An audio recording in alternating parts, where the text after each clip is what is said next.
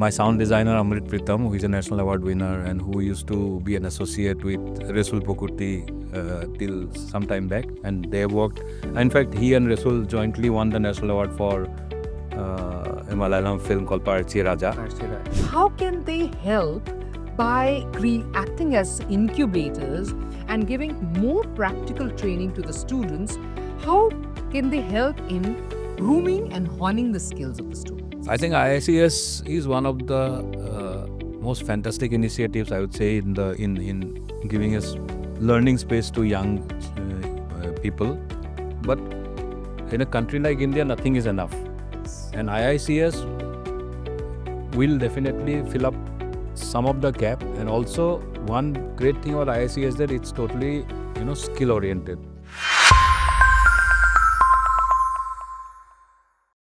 Namaskar and hello and welcome back to Made for Media, brought to you by the Indian Institute of Creative Skills under NSDC, powered by Media and Entertainment Skill Council. Cinematic Conversations. Cinematic Conversations, the podcast that brings to you the inside story of the filmmaker Utpal Borpujari and filmmaker from Assam. He's a double National Film Award winner with the Swarna Kamal as India's best film critic.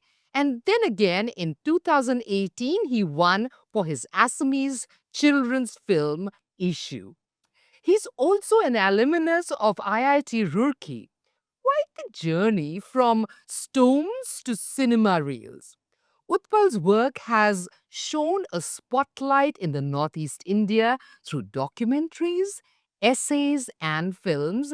And in this episode, we will dive into his life story, filmmaking journey, and what drives him as an artist and a storyteller. So, welcome, Utpal. Welcome to our show, Made for Media. Namaskar, as you said in the perfect Assamese pronunciation. Thank you. And I am really privileged to come to IICS today and to have this conversation with you.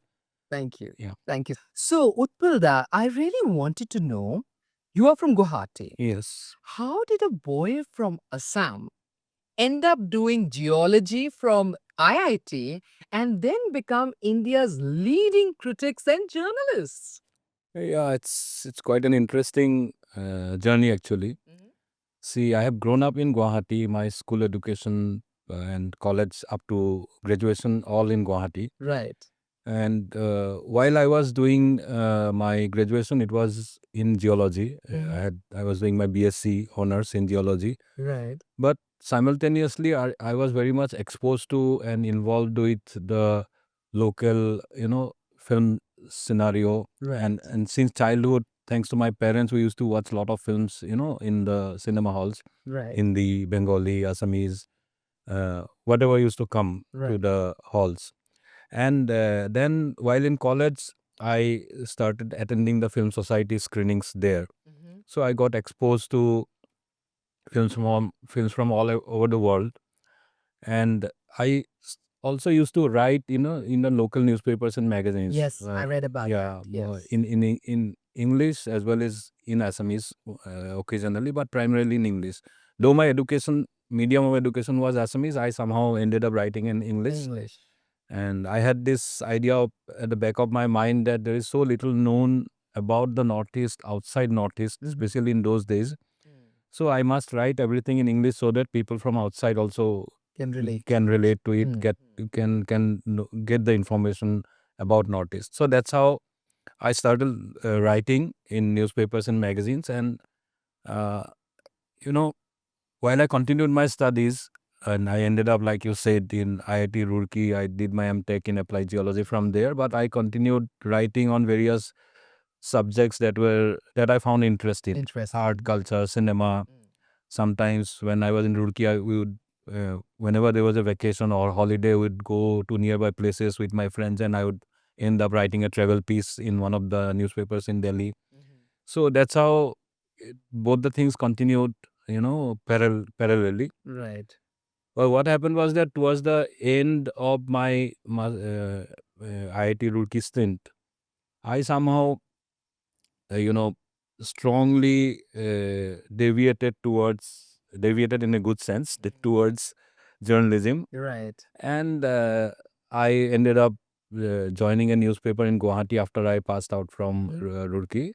It's called the Sentinel, which is a very leading newspaper, renowned newspaper. Yes. Yes. And I worked there for roughly about 1 year. And then I got a break in the PTI, in Press Trust of India in Delhi. So in 94 end, I shifted to Delhi. And since then, I have been in Delhi. It's now 30 years now in Delhi. Wow, 30 years. Yeah. Very long. Yeah, then Wonderful. PTI, then I worked with Deccan Herald for a long time. Deccan Herald which is headquartered in Bangalore. Yes. So I, because of the nature of the job, I had to do a lot of political reporting, government reporting, and all that. Correct. But because my passion was in cinema and culture, I used to take time out to write features and news reports about Right. those fields also. So as you said, your first pieces were for the newspaper, film pieces you used to write. So what would you think was your heart's desire and something that you always wanted to? Writing or geology?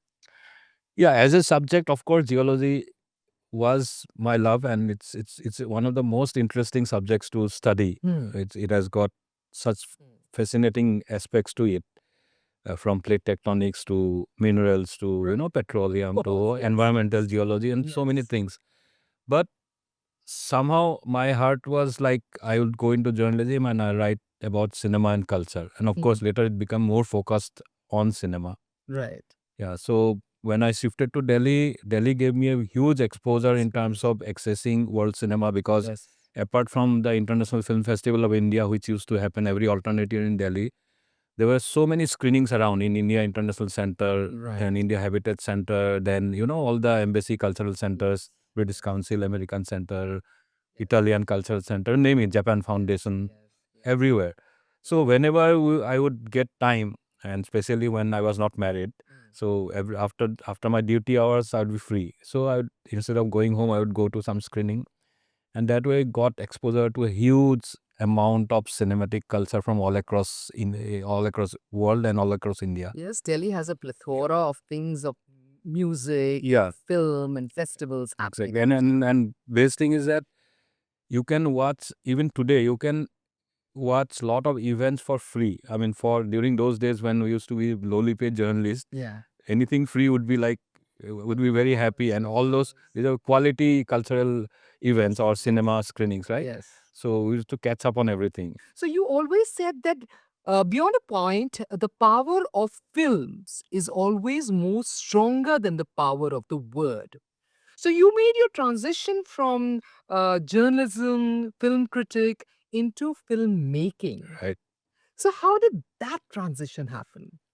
See, I had been writing about cinema since about 1988, 89 when I was still in college. Right. I used to, interview all the national award-winning filmmakers in Assam, Right. Janu Borwa, Gautam Bora, who are legends, and also watch a lot of films and try to write about them. So that continued while I was doing journalism in Delhi, and over a period of time, I met a lot of legendary filmmakers from within India and abroad. Right. Some of them have become personally close to me, and I also draw a lot of inspiration from their life stories and their cinematic work. Right. What happened was that towards the end of the first decade of this century, I realized that, of course, one thing was that the nature of journalism was slowly changing. The space to write serious stuff about cinema was also shrinking a little bit.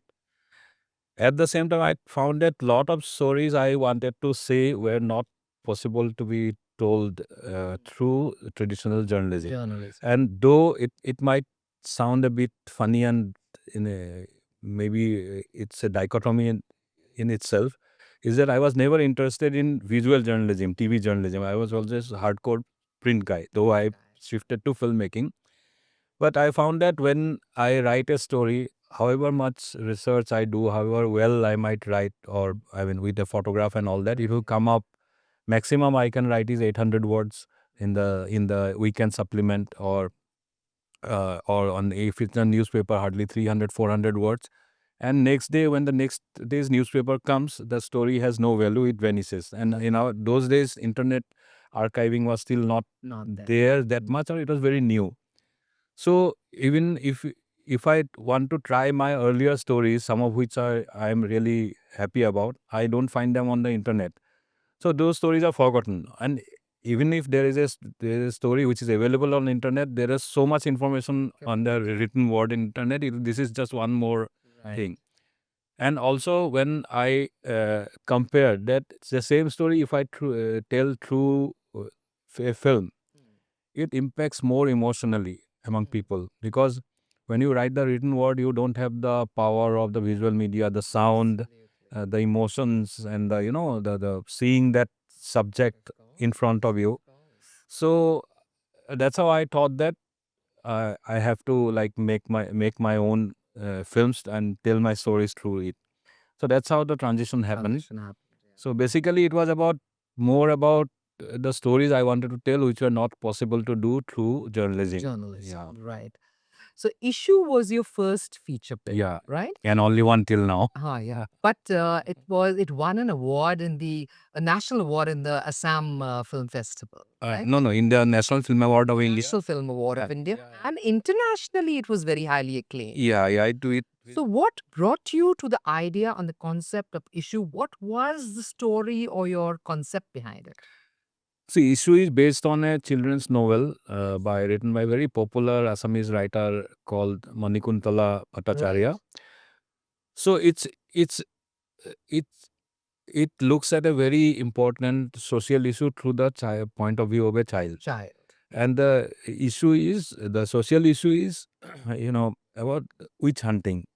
People are branded as witches, both male and female, mostly female, and they are sometimes even killed. They are beaten up. In London, England, Yeah, yeah. side also. And that was in the Middle Ages, but here it persists even now.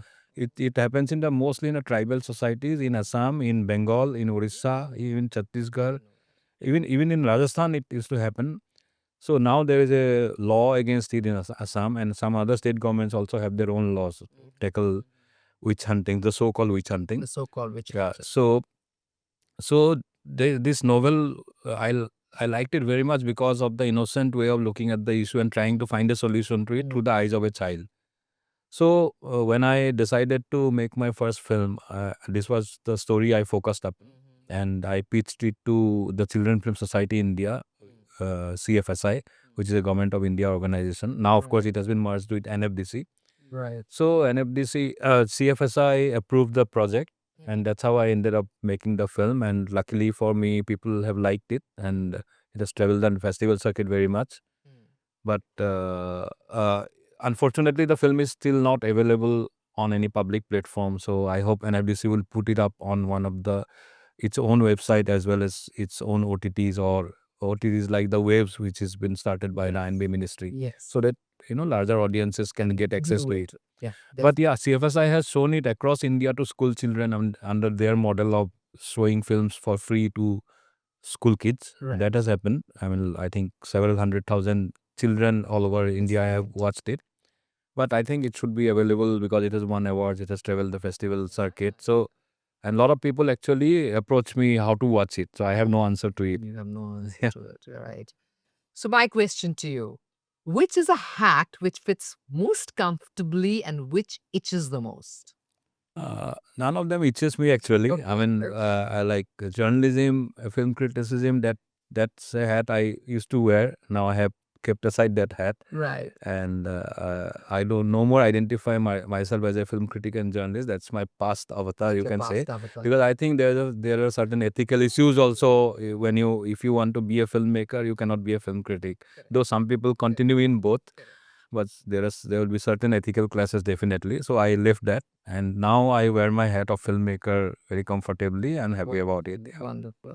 So now I'll come to some really witty and funny questions. If filmmaking was a dish, what dish would describe your style? A spicy Assamese thali or a fusion continental? I'd say spicy Assamese thali. Though Assamese food is not that spicy except for the bhut jolokia content, but yeah, Assamese thali definitely. Assamese thali. Yeah. Okay.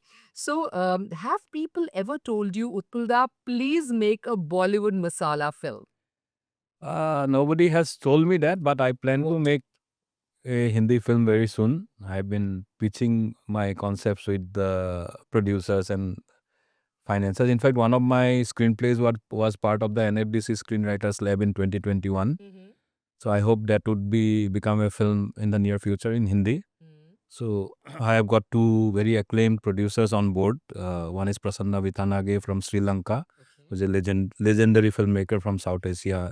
His last film, Paradise, won the Kim Jisoo Award in Busan. It's a Malayalam Sinhalese mixed film. It's currently streaming on Amazon. Right. And there's Saji Matthew, who has produced a number of Malayalam films. Right. So they are on board, but of course we have to raise the funds and all that. So let's see when it happens. But I hope it will happen very soon. I have my fingers crossed it's going to happen Thank- very soon. Thank you. So, I would like you to relate any on-set funny adventures or moment that you could recall. Anything really funny. See, while making during the making of Issue, we camped at a theater group's place in near a place called Agia in Western Assam, near Gwalpara town. Right.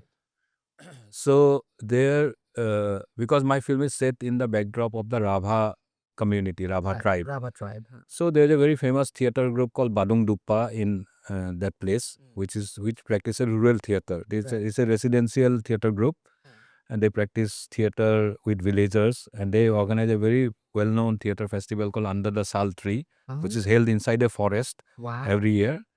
So Something like a Nukkar Natak? not Nukkar. It's Bigger than that. It's much bigger. They have audiences of around 2,000 people per show. That's a lot. And most 90% of that is villagers. Wow. So they have really created a theatrical tradition in the rural Assam. If you search Under the Sal Tree Theatre Festival on net, you'll get lot of festivals. It's held inside a sal forest. That's why I call answer Under the Sal Tree. So anyway, so what happened was that during the making of our film, my sound designer, I mean, I am not directly involved, but there is the funniest incident I still recall. My sound designer, Amrit Pritam, who is a national award winner and who used to be an associate with Resul Pukuti till some time back. And they worked, in fact, he and Resul jointly won the national award for a Malayalam film called Parchi Raja. Yeah, so he went there and he fell in love with the Rabha tribe's rice wine, all the Rice wine? Yeah, Every tribal community has their own specific rice wine. So he would go to the village, and he was there for, before the screening, he had a small workshop for the location sound recordist also, because mine was one of the first films in Assam to do sync sound.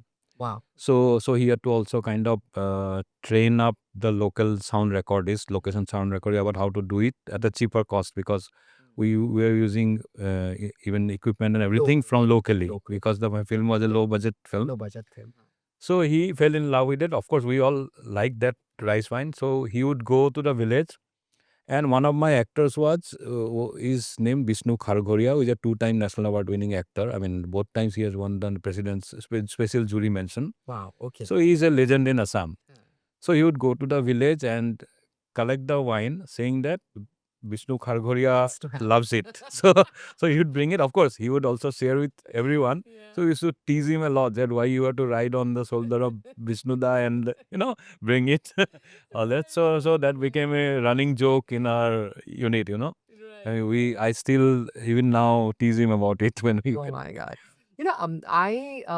My first tete-a-tete with Guwahati, of course, I've grown up in Shillong and all, was the Guwahati International Film Festival. Right. Which the first one I hosted. Okay. So it was a beautiful experience because I love Assam so much, and especially the Makla Sadars. Yeah. Everything is so beautiful. I can understand how you can relate to Northeast and, presenting it on a beautiful platter to the audience out there.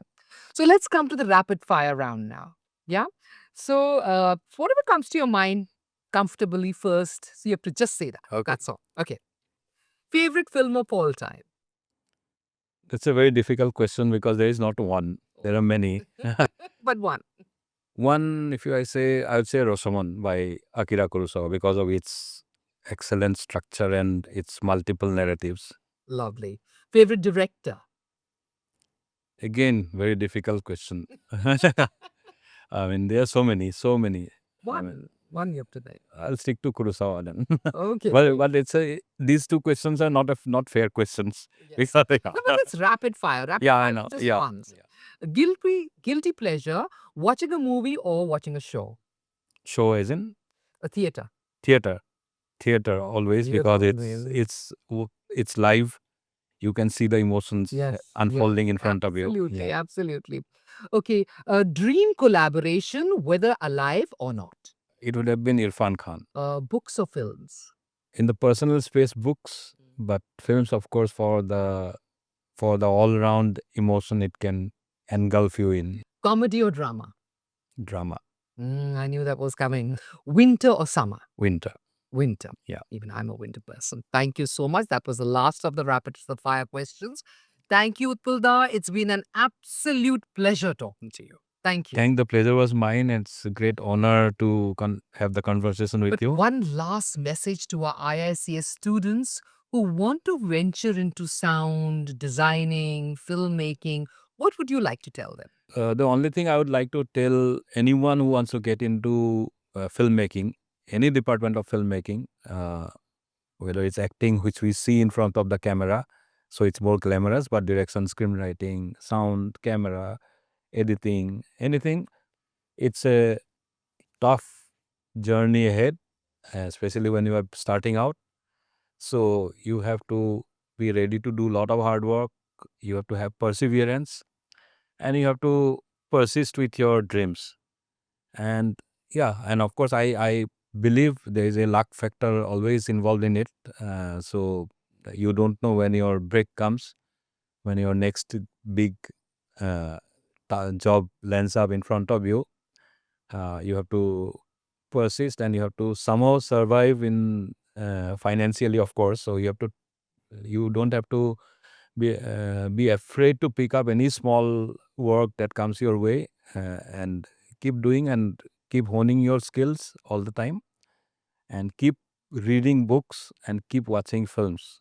I mean, and be aware of what is happening around you in the society, in politics, because everything combined makes into a good artist.